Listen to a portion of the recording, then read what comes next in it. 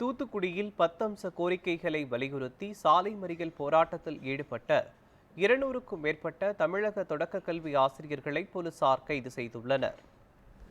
தமிழக அரசு கடந்த தேர்தலில் அளித்த வாக்குறுதிகளை நிறைவேற்ற வலியுறுத்தி அம்பேத்கர் சிலை முன் டிட்டோ ஜாக் குழுவினர் சாலை மறியலில் ஈடுபட்டனர். இதில் பழைய ஓய்வூதிய திட்டத்தை அமல்படுத்துதல், பெண்ணாசிரியர்களுக்கு பதவி உயர்வை மறுக்கும் அரசாணை ரத்து செய்தல், 6000க்கும் மேற்பட்ட காலி பணியிடங்கள் நிரப்புதல் உள்ளிட்ட 10 அம்ச கோரிக்கைகளை முன்வைத்து 200க்கும் மேற்பட்ட ஆசிரியர்கள் போராட்டத்தில் ஈடுபட்டனர்.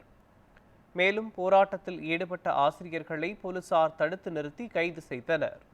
தமிழ்நாடு தொடக்க கல்வி ஆசிரியர் இயக்கங்களின் கூட்டு நடவடிக்கை குழு டிட்டோ ஜாக் அமைப்பின் சார்பில் 10 அம்ச கோரிக்கைகளை வலியுறுத்தி இன்று மாநிலம் முழுவதும் மாவட்ட தலைநகரங்களிலே இந்த மறியல் போராட்டமானது நடைபெற்றுக் கொண்டிருக்கிறது.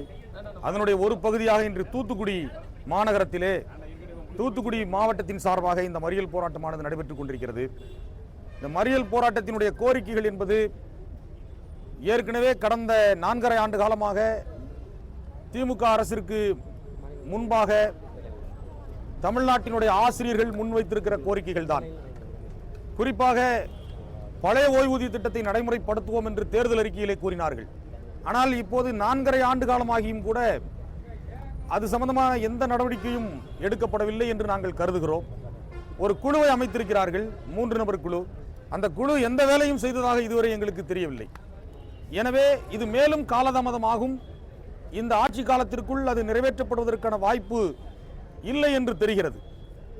எனவே உடனடியாக பழைய ஓய்வூதிய திட்டத்தை நடைமுறைப்படுத்த வேண்டும். இது குழுவெல்லாம் தேவையில்லை என்பது எங்களுடைய கருத்து.